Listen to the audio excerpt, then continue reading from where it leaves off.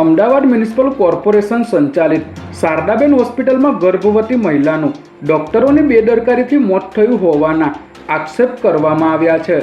બાપુનગર વિસ્તારમાં રહેતી પ્રિયાબેન પટણી નામની ગર્ભવતી મહિલાને ગઈકાલે ડિલિવરી માટે અહીં લાવવામાં આવી હતી, ત્યારે અચાનક જ મહિલાની મોડી રાત્રે તબિયત ખરાબ થઈ ગઈ હતી અને આજે વહેલી સવારે સારવાર દરમિયાન મોત થયું હતું।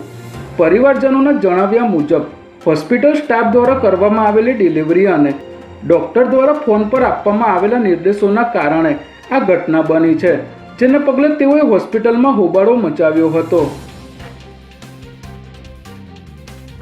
અમદાવાદના ન્યૂ રાણેક વિસ્તારમાં આજે વહેલી સવારે 17 વર્ષના વિદ્યાર્થીએ આત્મહત્યા કરી હોવાની ઘટના સામે આવી છે।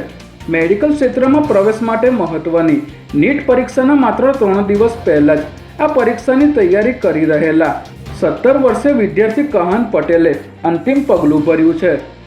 આ વિદ્યાર્થીએ પોતાના એરિસ્ટો આનંદન ફ્લેટના 6થા માળેથી નીચે ઝંપલાવીને પોતાનું જીવન ટૂંકાવ્યું હતું, ત્યારે દીકરાના પગલાંથી પરિવારમાં ઘેરો શોક છવાઈ ગયો છે। બનાવ અંગેની જાણ થતાં જ સાબરમતી પોલીસનો કાફલો તાત્કાલિક ઘટના સ્થળે દોડી ગયો હતો અને કાયદેસરની કાર્યવાહી શરૂ કરી હતી।